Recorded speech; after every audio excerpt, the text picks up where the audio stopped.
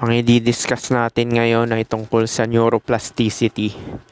Maraming mga tao talaga na hindi talaga makakilos dahil dito Kasi 'di ba, yung mga beliefs nga pinasa lang talaga yan sa simula nung bata ka pa, particularly nung 1 to 7 years old. Kasi yung brain mo nun is uto-uto pa, 'di ba? Nasa theta state. Madali siya maka-absorb. So lahat ng mga naobserbahan mo noon, naririnig mo, napapakinggan mo, napapanood mo, is pumapasok talaga direkta sa subconsciousness mo. At yun ang nagiging totoo. Kasi nga paulit-ulit, di ba? So ito yan, neuroplasticity ay ang kakayahan ng utak at nervous system na magbago at mag-rewire base sa paulit-ulit na experience, thoughts, emotions at behavior.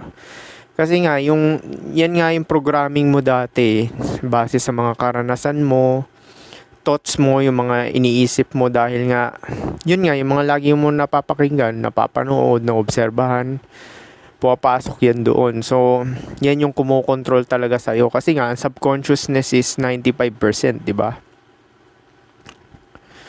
So, ibig sabihin, hindi fix ang utak mo. Trained system siya. Oo. Di ba nga, nag-i-store nga ng information yung utak? Actually, hindi lang din utak, pati katawan mo. Kasi may memory din yung utak mo, di ba? Kaya nga sinasabi nila dun sa basketball, 'di ba, may memory reflex. Kasi nga may utak talaga buong katawan mo, hindi lang yung utak mo. Kasi biruin mo, automatic na nagfa-function sila as in gumagana sila base sa function nila. Hindi ba utak 'yon, 'di ba? Ano bang purpose ng gut mo, 'di ba? I-digest mga kinakain mo. Anong purpose na mata mo? Makita, o 'di ba? So may mga utak talaga sila lahat, 'di ba? Hindi lang yung utak mo. So nervous system, calibration. Ang nervous system mo, brain plus body stress response, ay parang internal sensor system. Paano ito nag-a-adjust kapag laging stress, nagiging default mo ang fight or flight? Sa totoo, kahit hindi ka stress Kasi nga, 'di ba nga sa mga 'di ba? Kasi nga 'di ba nag-i-scan ka ng threat, 'di ba?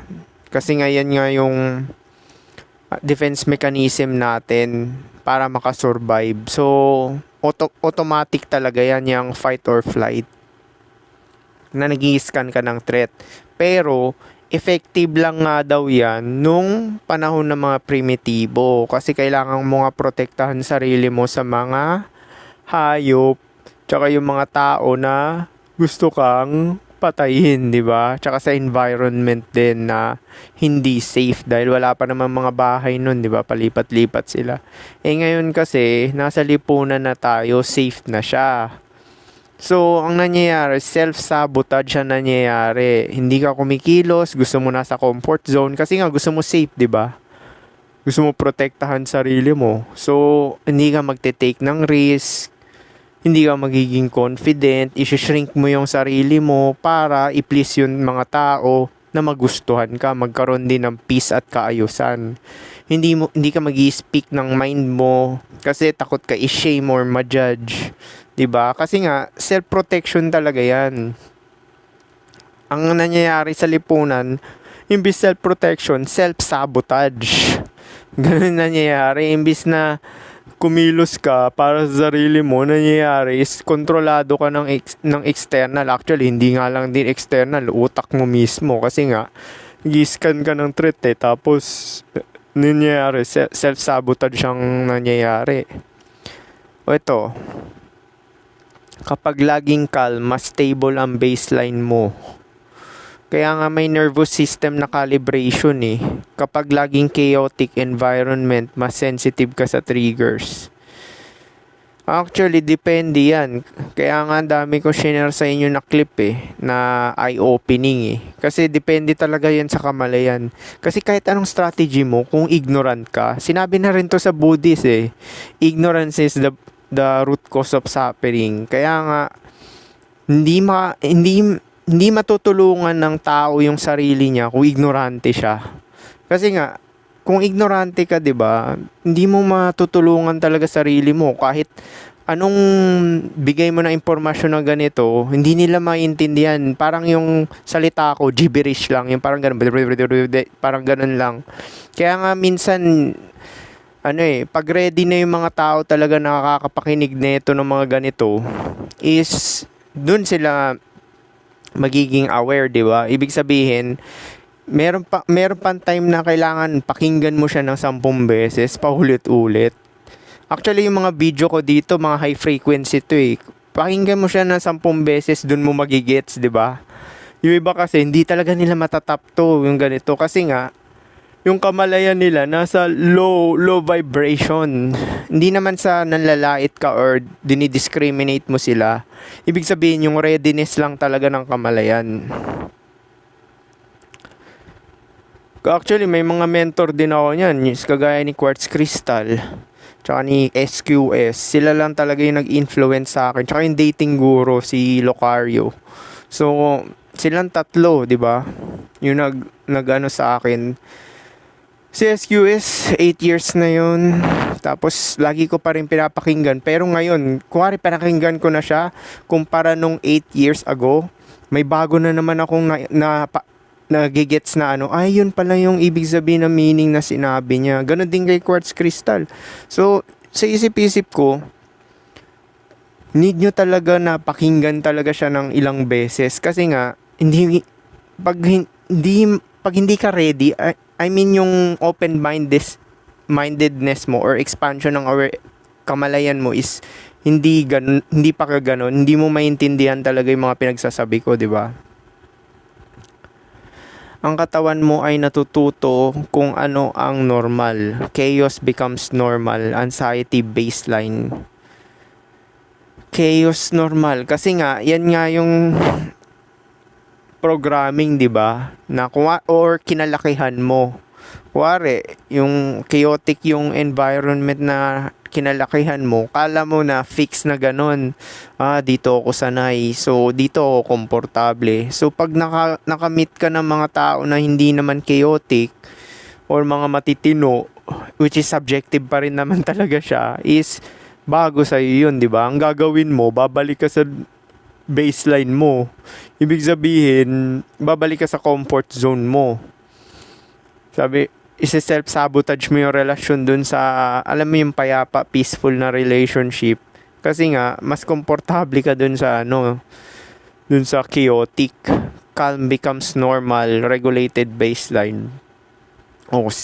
Ito naman, opposite naman. Kung kalmado naman yung normal sa'yo, simula bata ka, or yung environment mo. So, pagka medyo magulo, bago naman na sa'yo yun. Diba? Neuroplasticity sa beliefs. Ang beliefs ay repeated neural patterns of interpretation. Kasi nga, lahat naman talaga ng paniniwala natin is pinasa na lang talaga yan. Pero, hindi naman lahat talaga ng paniniwala natin ay brainwashing naman talaga. Actually, brainwashing talaga siya lahat. As in, totally lahat.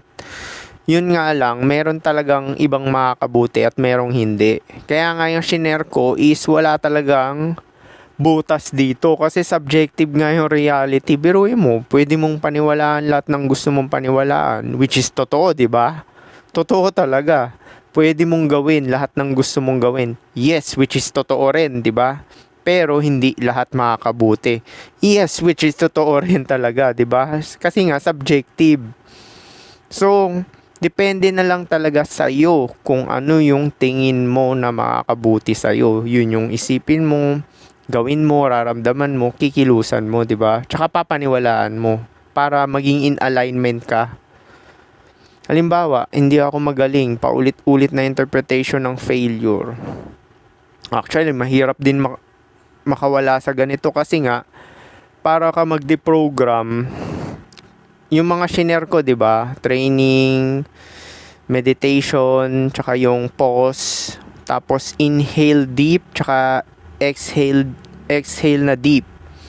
'Di ba yung mga sports athlete, bago sila tumira sa free throw, yung mga crucial moment, humihinga sila na malalim, 'di ba? Gumagana. Yun, kasi nga pag calm yun ng nervous system, 'di ba? Para nasa present sila. Tsaka, kuwari, marami kang worries, nasa tension ka na, kuwari, yung may crucial moment, na may nararamdaman ka na, no, makakatulong din yung pause tsaka yung breathing. Tsaka yung sinabi ko rin, yung mga hindi naman makakasakit sa'yo or yung makakasakit sa'yo, na meron ka mga limiting beliefs or takot dati, unti-unti mo siyang gawin kasi paulit-ulit eh. Tsaka yung healthy habits na rin, yung mga bad habits mo, papalitan mo siya ng healthy habits. Pero gagawin mo siya everyday talaga. Kasi nga, repetition nga ang key dito eh, repetition. Kung paano ka na brainwash dati, which is from repetition, papalitan mo siya ng bago na brainwashing, which is from repetition pa rin. Kaya nga, yung mga nagbabago talaga, pinipilit nila talaga yung sarili na sa disiplinado, maging disiplinado. Pero para sa akin, ang gawin mo na lang talaga is yung makakabuti sa'yo. Kasi kung ano yung tingin mo talaga makakabuti sa'yo, hindi mo na kailangan disiplinahin yung sarili mo kasi paniniwala mo na yun eh.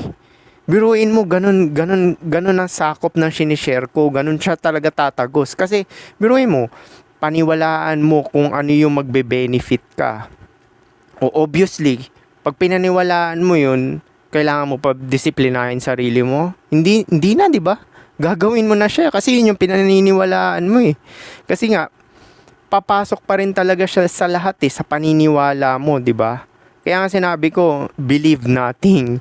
Paniwalaan mo na lang talaga yung magbe-benefit ka. Kasi magiging an alignment ka sa zero. Biruin mo, pinaniwalaan mo magbe-benefit ka. O, kagaya ko, naniniwala ako na ang training ay makakabuti sa akin. Kasi nakita ko yung mga matatanda sa trabaho ko, pag na-fall sila, nagkaka-fracture sila. So, nung pumatong ako ng 3 years dati, nag-umpisa na ako mag-training kasi nga, iiwasan ko nga yung ganyan, di ba? So, yun yung pinaniniwalaan ko. Na pag nagtitraining ka, nagbubuhat ka ng buto ng mabigat, is kakapal yung buto mo, which is, nakita nyo naman, nag-improve yung katawan ko rin, di ba? Kahit papano, from payat dati.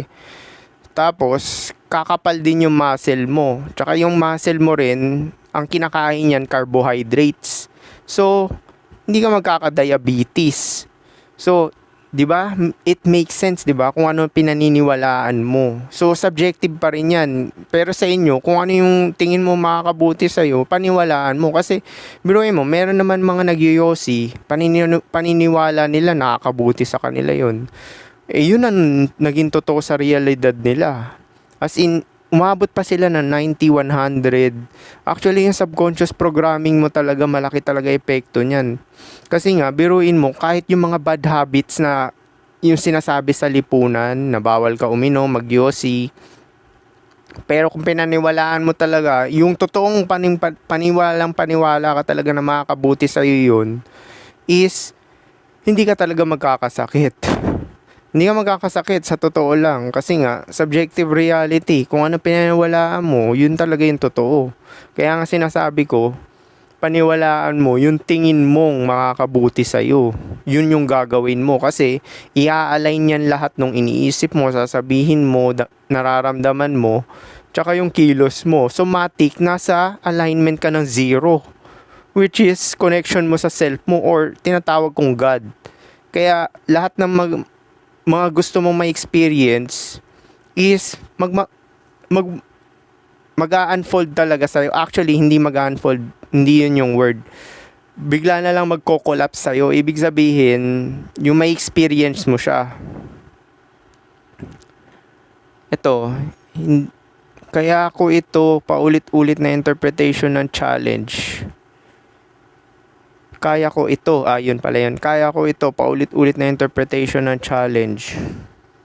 Well, hindi rin ako naniniwala sa ganito, kaya ko ito. Pero kung yung laman nga ng kalooban mo sa lungat, baliwala to. Kasi nga, hindi nga ako naniniwala talaga sa mga positive. Mas naniniwala ako sa makakabuti sa'yo.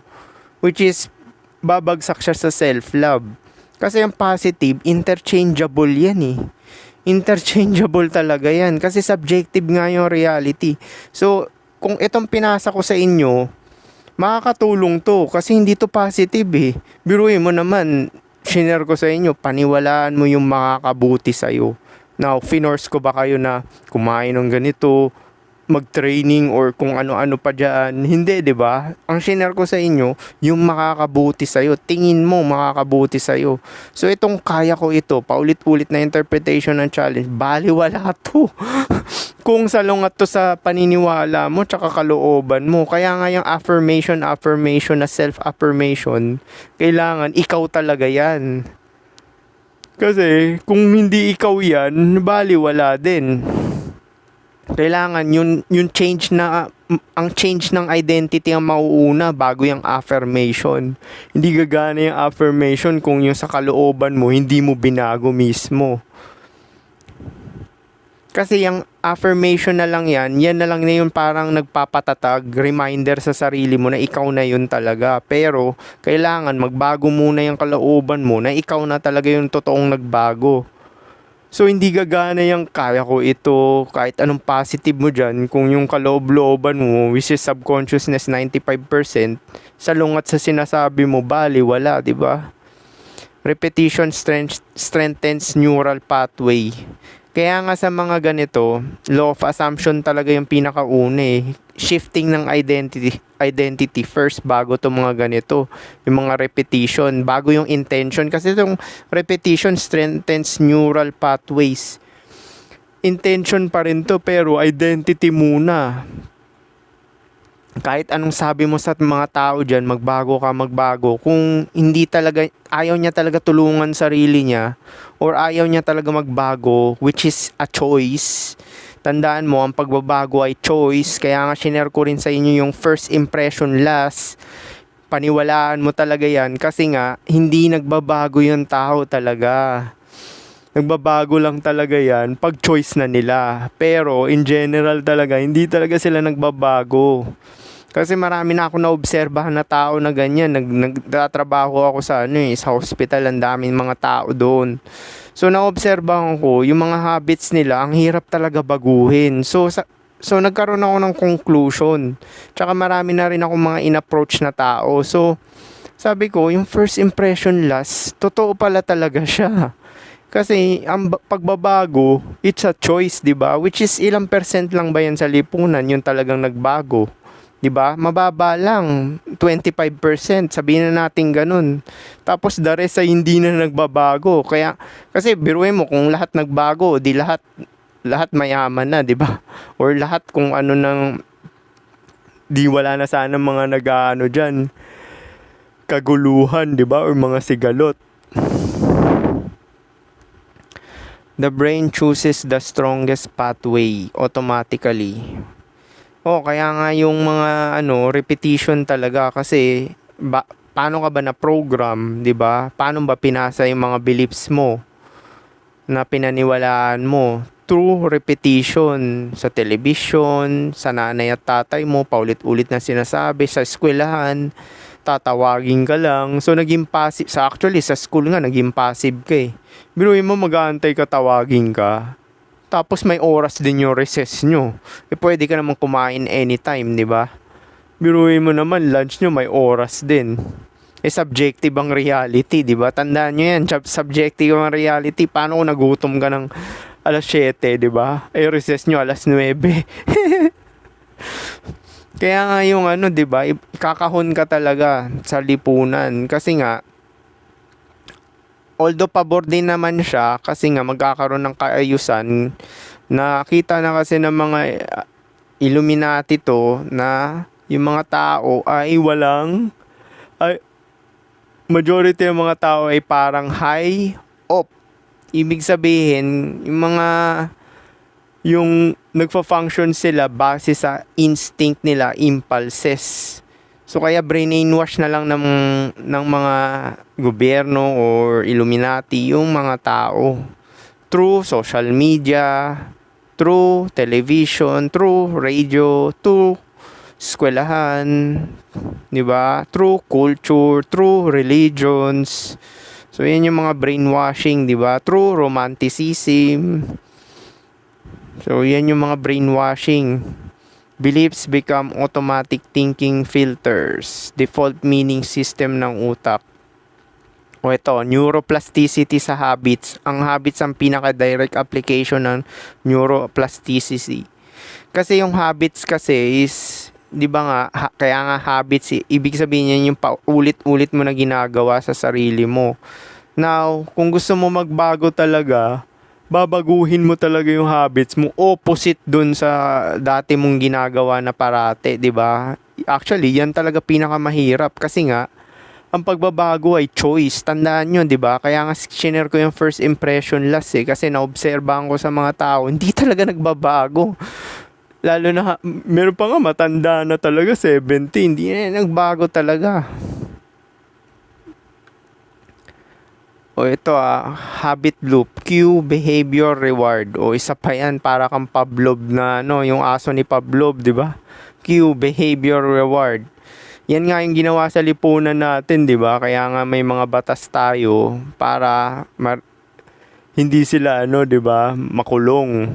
So, yun yung parang punishment para wag gumawa ng mga Actually, pabor din ako sa brainwashing ng ginawa ng mga gobyerno tsaka ng lipunan Kasi nga, naobserbahan nga ng Illuminati na walang pagkakaiba mga tao, majority ng mga tao na parang mga high up, di ba?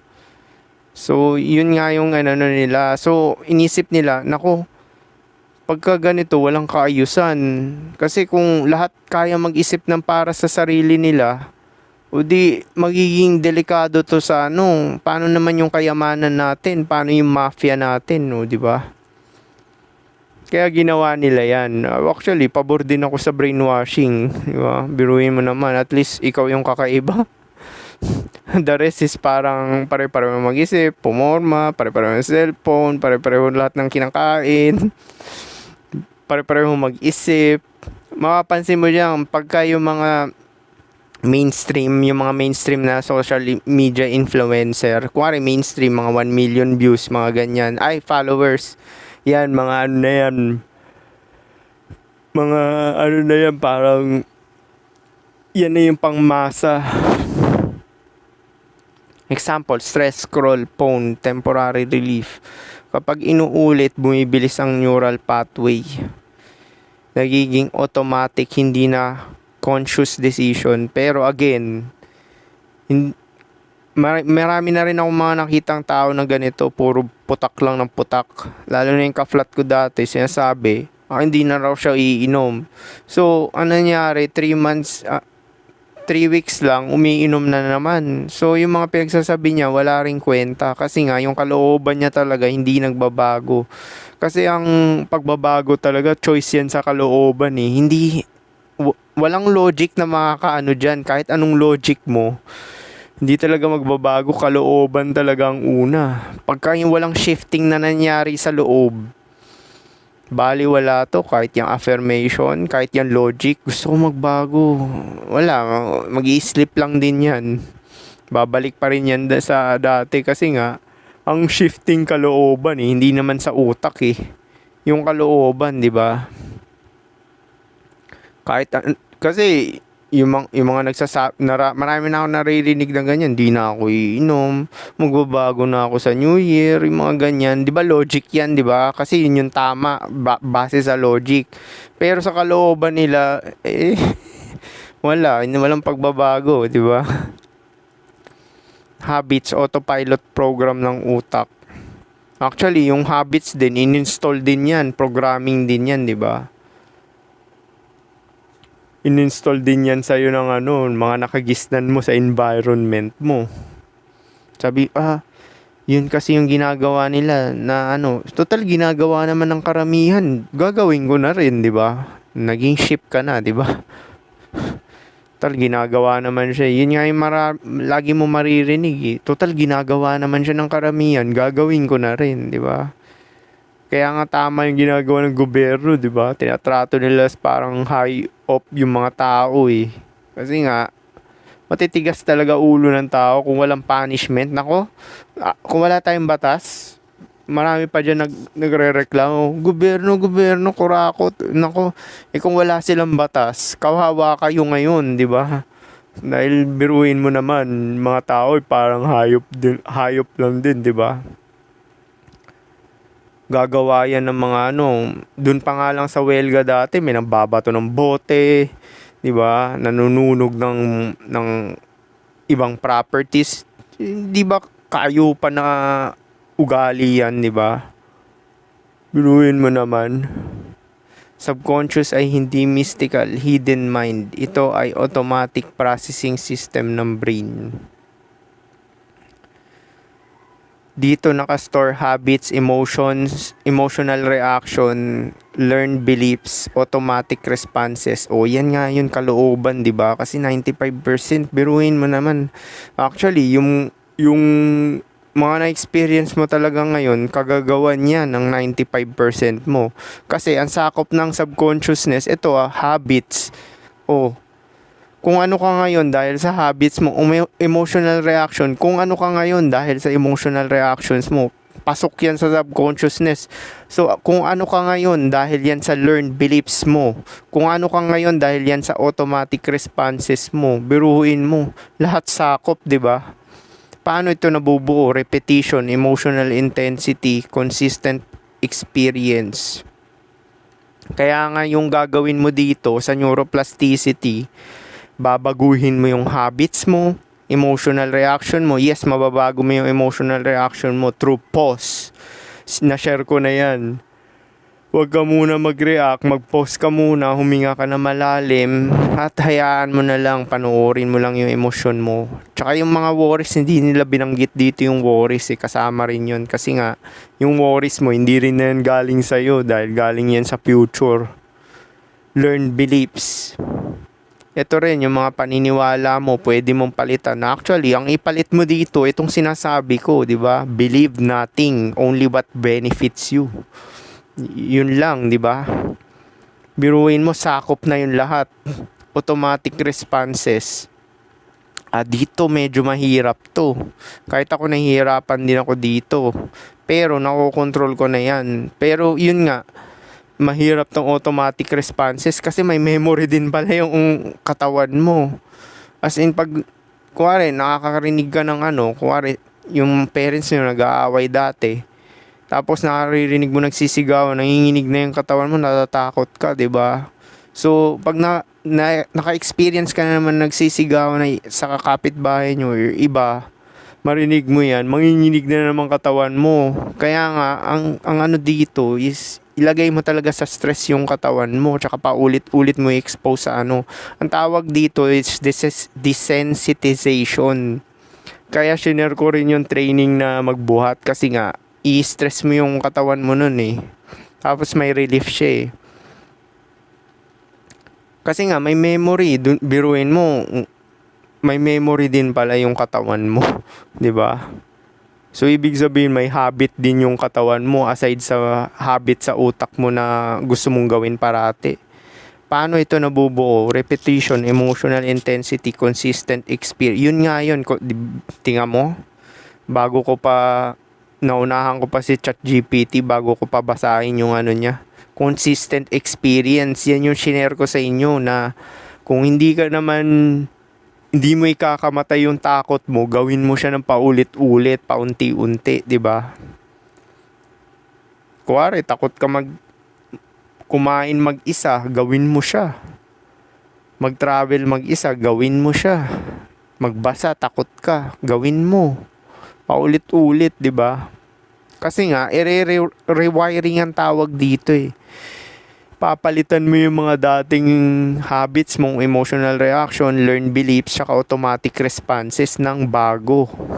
Kung gusto mo magbago, pero ang pa rin dito, yung kagustuhan mo, 'di ba? Kaya nga wala makakatulong talaga sa iyo, promise, ikaw lang talaga. Kagustuhan mo talaga. Kung gusto mo magbago, magbabago ka muna sa kalooban mo. Ibig sabihin may shifting na mangyayari dyan. Kasi kung wala, logic lang, ay magbabago lang ako. Wala.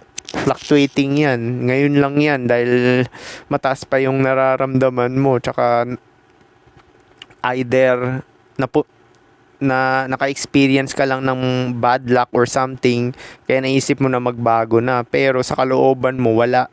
Diba? Kaya hindi ka maniniwala sa ganito kasi kalooban talaga yung pinaka root cause eh. Hindi mo na iniisip, ginagawa mo na lang. Core principle ng neuroplasticity, neurons that fire together, wire together. Ibig sabihin, paulit-ulit na thoughts, emotion, actions, mas lumalakas na pathway. Kasi parang nangyayari, habits na siya lahat, 'di ba? Pati yung emotion mo, yung action mo, habits na rin talaga 'yan. Paulit-ulit na naiisip. Hindi ginagamit, humihina, pruning. Nervous system plus beliefs plus habit equals one system. Di ba sa subconsciousness, biruin mo, yung mga share ko dito na mga strategies, paano mo gagawin yan, kagaya ng believe nothing, only what benefits you, di ba? Tapos walang permanente sa mundo, isa rin yun, makakatulong din yun. Kasi nga, ang paniniwala nga ng mga Buddhist is ignorance talaga, di ba? Ignorance is yung cause ng suffering. Kasi kahit anong sabihin niya na pagbabago, kung ignorante siya, 'di ba? Hindi niya alam kung anong reason, 'di ba? Anong purpose ng pagbabago niya. Magbabago lang siya dahil sa logic niya, magbabago na ako, ganyan, ayoko na uminom or ano. Pero hindi niya alam kung para saan ba 'yon, 'di ba? Para saan ba yung pagbabago mo, 'di ba? Kaya nga sinabi ko, makakabuti na lang talaga sa iyo. Nervous system, state, kalma or stress, belief, lens, paano mo tinitingnan ng reality. Habits, behavior output, subconsciousness, automatic control system. Sa nervous system, kalma or stress. So, yung calibration to ng nervous system sa paniniwala, believe nothing what only benefits sa'yo. Tapos sa habits, syempre kung ano yung pinaniwalaan mo na makakabuti sa'yo, yun yung gagawin mo paulit-ulit. Sa subconsciousness, automatic control system. Kung sabay-sabay, stress nervous system, negative beliefs, destructive habits. Stress nervous system, kasi nga, 'di ba? Yung nervous system natin nag-i-scan ng threat, 'di ba? Yan yung tinatawag nila sa mga manifestation na channel na nasa flight or flight ka or survival. Wala ka sa creative side or expansion, which is more stable at relax. Regulated nervous system, stable beliefs, productivity. Support lang din naman yan actually, yung mga kumare remove mga negative na tao or environment na hindi susuportahan ka, 'di ba? Nakakatulong din yung mga ganun.